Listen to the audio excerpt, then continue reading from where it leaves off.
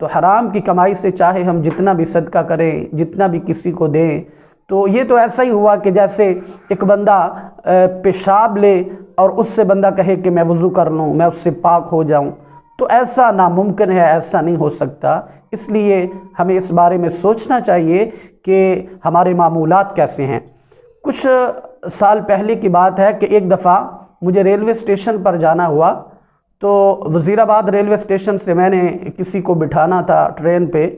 تو اس نے ایمرجنسی جانا تھا، ایک سواری تھی اور اس کے ساتھ اس کے 2 بچے تھے، تو اس نے مجھے کہا کہ آپ مجھے ٹکٹ لے دیں۔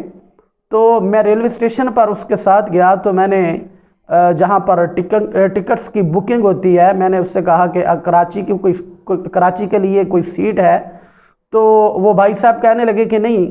سیٹ تو کوئی نہیں ہے، آپ کو کھلی ٹکٹ مل جائے گی۔ تو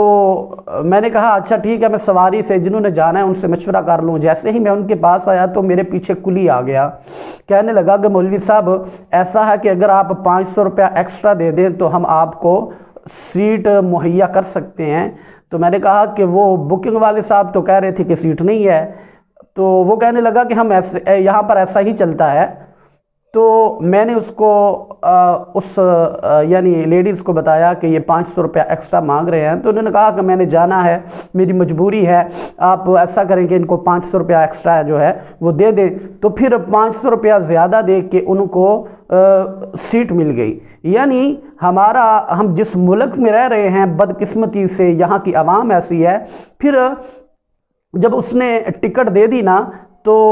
ہم باہر بیٹھے تھے، تو اتنی دیر میں ٹرین آئی، وہ ان کو میں نے ٹرین پر بٹھا دیا۔ تو بعد میں وہ جو ٹکٹ بندہ جو دیتا ہے، جو بکنگ کرتا ہے نا، وہ ٹہلتا باہر آیا، تو میں نے ازراہ مذاق ان سے پوچھا کہ جناب آپ کی تنخواہ کتنی ہے؟ تو وہ کہنے لگے کہ میری تنخواہ 80,000 ہے۔ میں نے ان سے کہا کہ آپ کی اپنی بدقسمتی دیکھیں کہ آپ اپنی حلال تنخواہ کو بھی حرام کر کے کھا رہے ہیں۔ یعنی آپ کی اتنی تنخواہ ہے جس میں آپ کا گزر بسر اچھا ہو سکتا ہے، لیکن پھر بھی آپ اپنی بدقسمتی دیکھیں کہ آپ اپنی حلال تنخواہ کو بھی حرام کر کے کھا رہے ہیں، آپ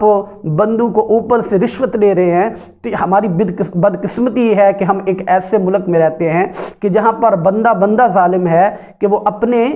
حلال کی کمائی کو بھی حرام کر کے کھا لیتا ہے۔ آپ کہیں بھی چلے جائیں، پاسپورٹ آفس چلے جائیں، آپ نادرا کے دفتر چلے جائیں، غریب آدمی کو ایسے سمجھتے ہیں کہ جیسے یہ کیڑے مکوڑے ہیں، غریب آدمی کی کوئی رسپیکٹ نہیں ہے۔ اگر آپ پاسپورٹ بنوانے کے لیے جائیں تو آپ دیکھیں گے کہ اگر آپ نے ایجنٹ نہیں کیا، جو باہر قانون کے دلال پھر رہے ہوتے ہیں، اگر آپ نے اس سے کوئی سیٹنگ نہیں بنائی تو چاہے آپ لائن میں لگ کر 3 گھنٹے 4 گھنٹے لائن میں لگ کر اگر آپ دفتر کے اندر جانے میں کامیاب ہو جاتے ہیں، تو پھر آپ کے کاغذات میں کوئی نہ کوئی چیز وہ ایسی نکال دیں گے کہ بھائی آپ کا یہ بھی پورا نہیں ہے، آپ یہ لے کے آئیں، آپ یہ تصدیق کروا کے لائیں، آپ فلاں چیز لے آئیں، آپ کے تو چیزیں ہی پوری نہیں ہیں۔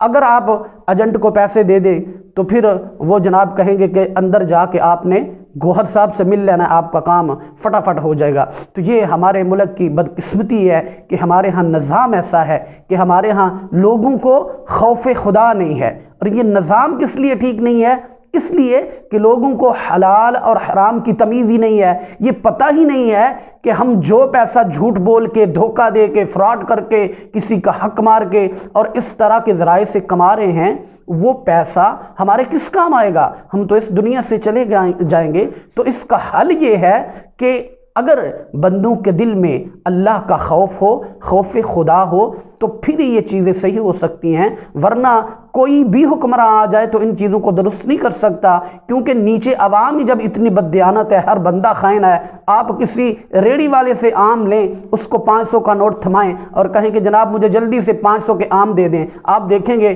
کہ یہ ہو ہی نہیں سکتا کہ وہ آپ کو ٹھیک آم دے۔ وہ سوچے گا کہ اس نے تو جلدی جلدی پکڑ کے چلے جانا ہے، وہ آپ کو 2 3 4 پیس ضرور گندے گلے سڑے ڈال کے دے گا، حالانکہ خراب پیس وہ پہلے سے ہی نکال لے گا۔ تو آج کل لوگوں کو خوف خدا نہیں ہے، چاہے ہمارے اوپر جتنے بھی نیک لوگ آ جائیں، جب نیچے عوام ہی ایسی ہے تو پھر ہمارے حالات ٹھیک نہیں ہو سکتے۔ ہر بندہ جو ہے اس کو اللہ کا خوف ہونا چاہیے، ہر بندے کو اس چیز کا خیال ہونا چاہیے کہ میرا دین کیا کہتا ہے، میں